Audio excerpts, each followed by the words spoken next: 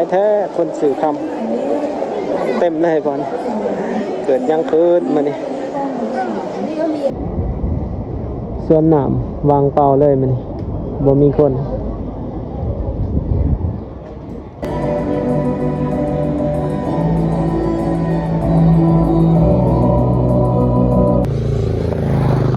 สบายดีกันเบิดสุขคนตอนนี้เฮาอยู่ทางหน้าของบิ๊กซีเนาะวันนี้สิพาทุกคนเข้าไปเบิ่งบรรยากาศวันที่8เดือน3เนาะวันแม่ยิ่งสากลเนาะอยู่ที่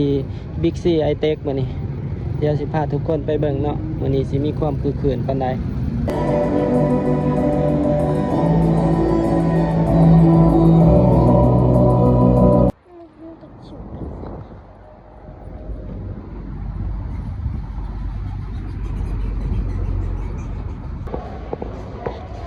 มาบิ๊กซีอีกแล้วทุกคนวันที่8เ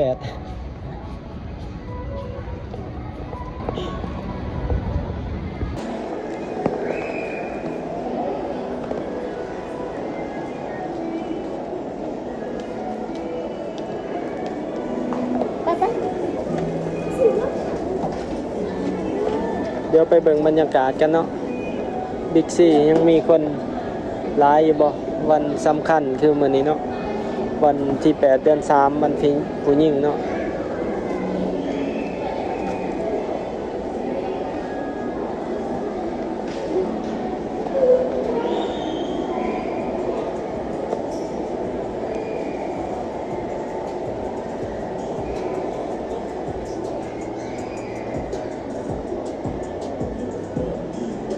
ธรรมดาเนาะคนโบราณปานใดเดี๋ยวขึ้นไปเบิ่งสัน3เนาะเบิ่งอยู่นี่น้อยหนึงแล้วจังสิออกไปไอเทคทุกคนเบิ่งบรรยากาศ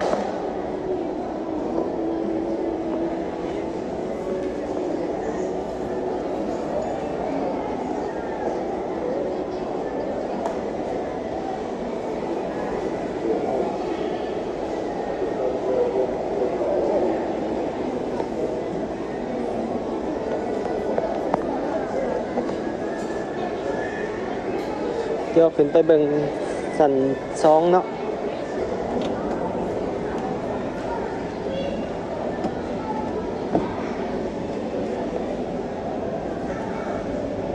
เดี๋ยวนี้มันมีหลายบอนย่างเนาะอยู่เวียงจันทน์เดี๋ยวนี้สำหรับเป็นห้างค้าคนก็บ่หลายปานใดอยู่นี่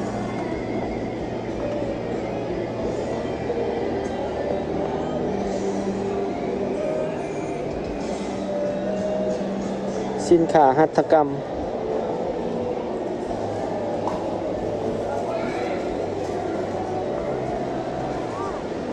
คนบ่หลายปานใดทุกคนอยู่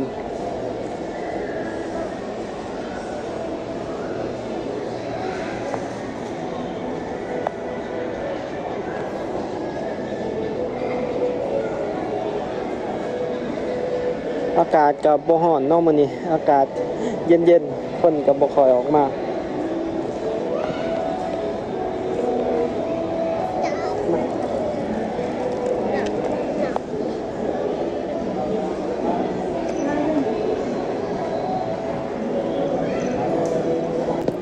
แปลกๆทุกคนมื้อนี้คนบ่หลายเนาะอยู่บิ๊กซีกะ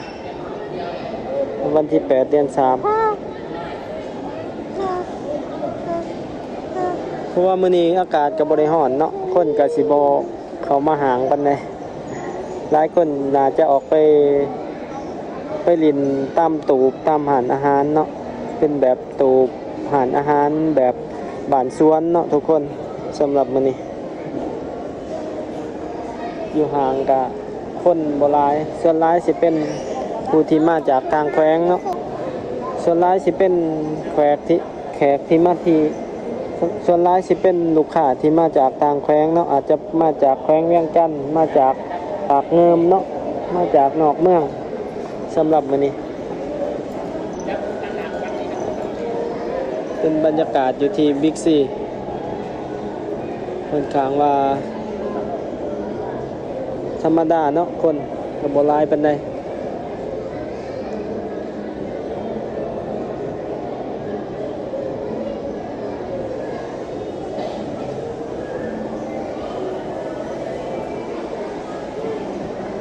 ไปหลอกไอเต็กกันทุกคนมัน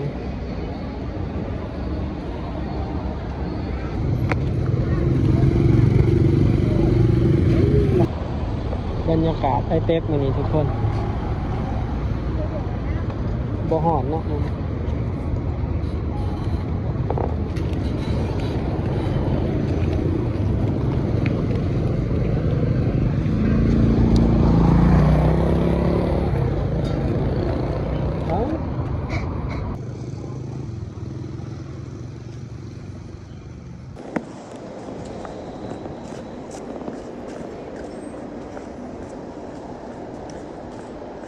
เงียบเงามันนี่ บรรยากาศวันที่8เนาะโอ้หานบิงซุนคนเต็มเลยบิงซุนตัวนี้เป็นโซนอาหารสันหนึ่งเนาะ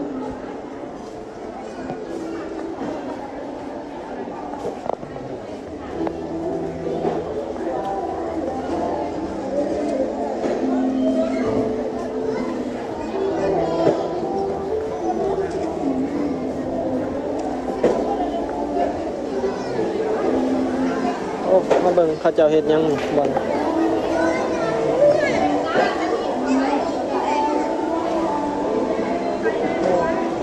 บอลไทยโฮม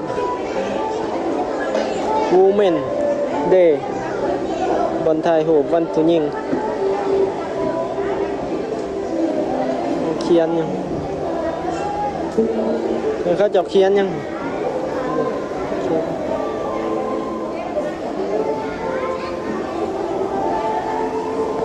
มีกิจกรรมเขียนนะอวยพร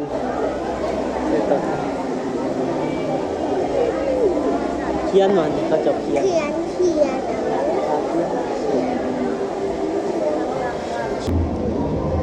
เด็กหน่อยเขียนการ์ด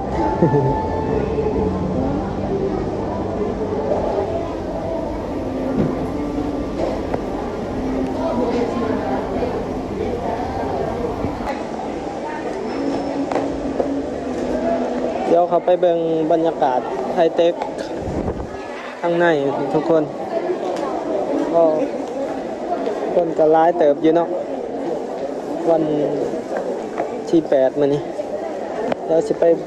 เอาสิไปตึกเก่า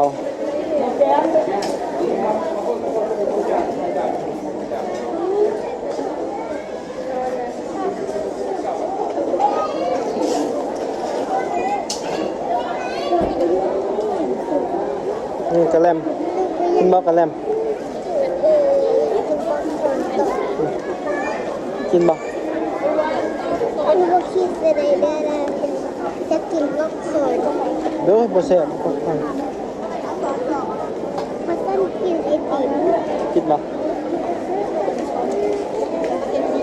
แล้วก็ไปรีบสไลเดอร์เลยว่ะกินไอติมแล้วก็ไปรีบสไลเดอร์ว่ะเขาจะขายกระแลมขายดีบนทางขึ้นเลย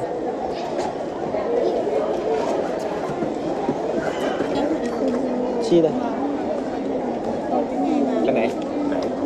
เอาไปเลยชี้เลยชี้เลย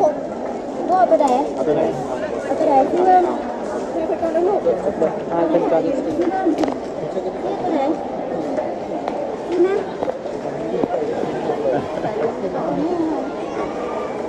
จะไปไหนจอก10,000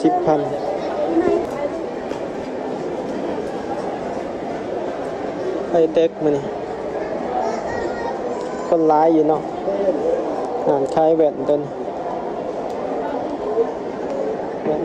อันเท่าไรแว่นนี่ได้ยังไงนอนที่มันไหนอ๋อตัวนี้มันเป็นแว่นขยายแว่นธรรมดาอันเท่าไรธรรมดาอีกครั้ง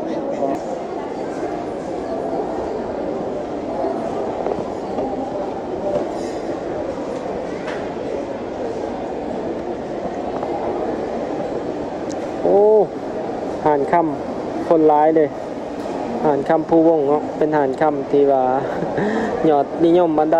ดับหนึ่งของลาวเนาะหานค่ำผู้วงเพราะเอาคนร้ายเลยวันที่8โอ้คนร้าย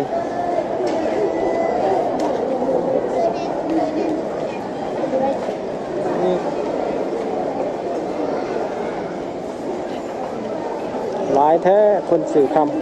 ำเต็มเลยก่อนเกิดยังคืนมานี่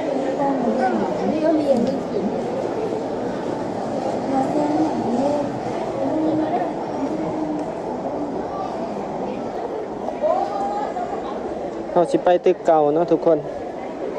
สิย่างออกทางสันซองก็ไปตึกเก่าเลย แล้วขึ้นเพิ่มเข้าไปเทียบกันเลย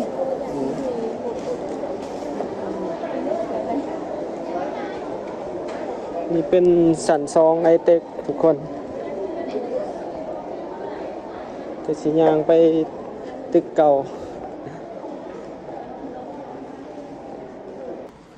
เดี๋ยวไปเบิ่งบรรยากาศกันที่ตึกเก่าทุกคนมื้อนี้อากาศบ่ร้อน สวนน้ำก็สิบ่ค่อยมีคน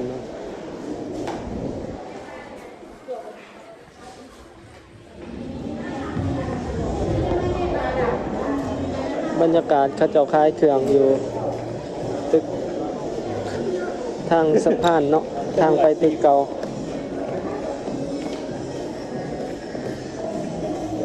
หอมปิ่งปลาหมึกขนาด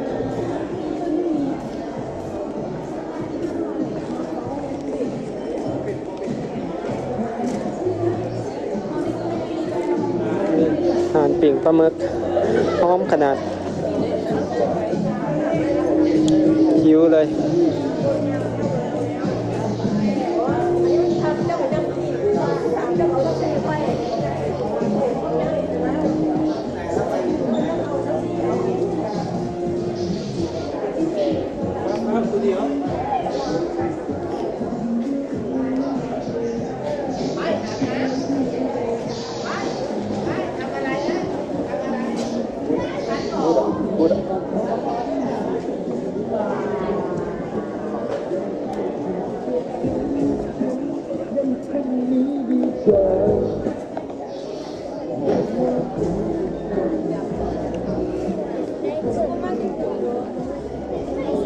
สิพาทุกคนไปส่องเบิ่งบรรยากาศ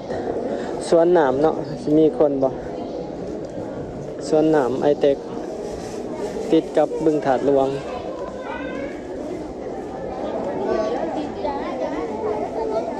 저거 천다고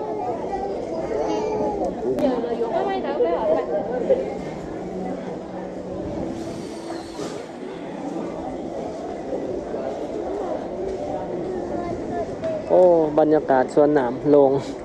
บ่มีลูกค้าเลยมื้อนี้อากาศหนาวประมาณ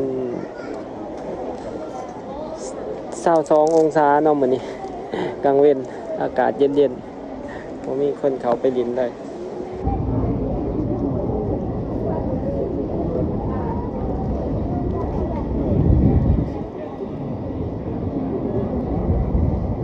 สวนหนามวางเปล่าเลยมื้อนี้บ่มีคน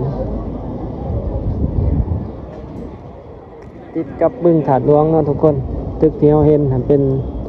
คอนโดอพาร์ตเมนต์ที่เขาเจ้าเฮ็ดขายที่บึงถาดหลวงแต่ว่าตอนนี้ก็ยังหลายเนาะของคนเขาจองยังบ่ทันน่าเจ้ายังบ่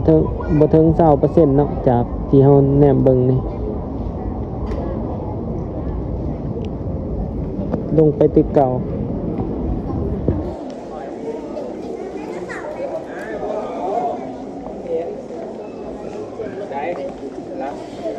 กินจนมือกินเลย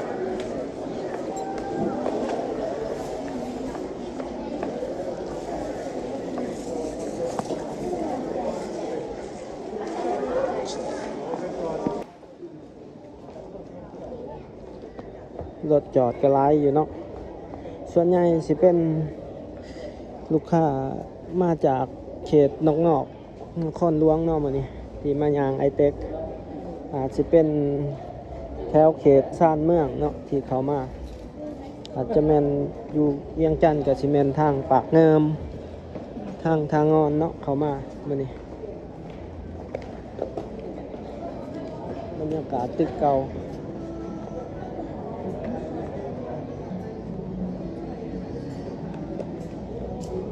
ส่วนใหญ่ก็สิเป็นบอลลินเล็กหน่อยมีรถสิ่งมีหยังเนาะคน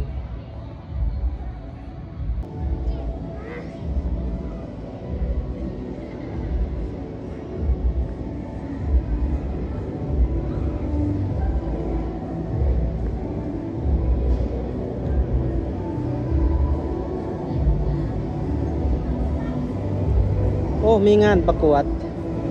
อยู่ที่ไอเต็กติดเก่าเนาะไปเบิ่งกันพาทุกคนไปเบิ่งสาวงามเด้อเป็นงานประกวดทุกคนมีทั้งเด็กหน่อยแล้วกับผู้ใหญ่เลยก่อนนี่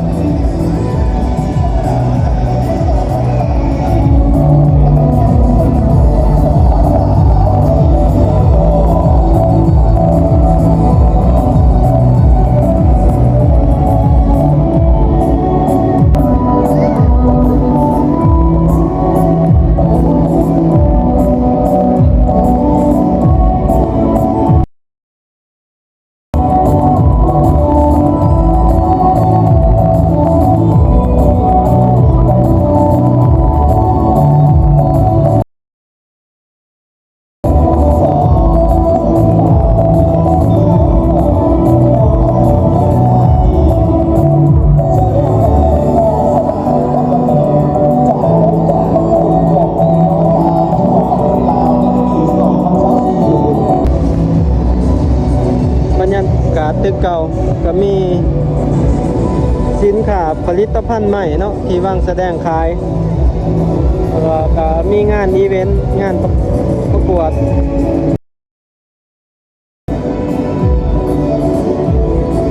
โซนนั้นก็เป็นโซนฟู้ดคอร์ทแล้วก็บอลเด็กหน่อยนิด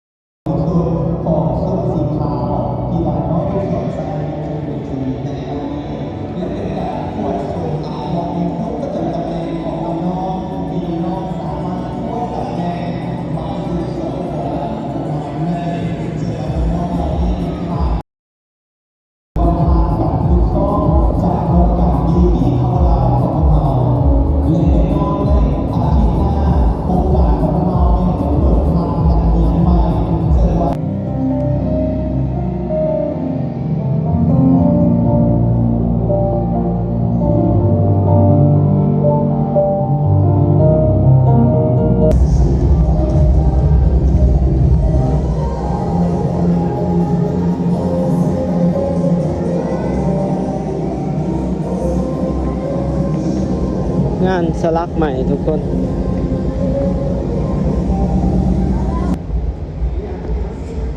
ทุกคนสำหรับในคลิปนี้ก็สิมีอยู่ประมาณนี้เด้อทุกคนสำหรับการพามาเบิ่งมาชมบรรยากาศวันที่8เดือน3เนาะอยู่ที่ไอเต็กมื้อนี้บรรยากาศก็สิประมาณนี้เด้อทุกคนสำหรับในคลิปนี้ถ้าผู้ใดมักก็อย่าลืมกดไลค์กดแชร์กด Subscribe ให้กันแน่เด้อทุกคนตอนนี้บ่าวแม่นใส่ก็ต้องขอกล่าวคำว่าขอบใจแล้วก็สบายดี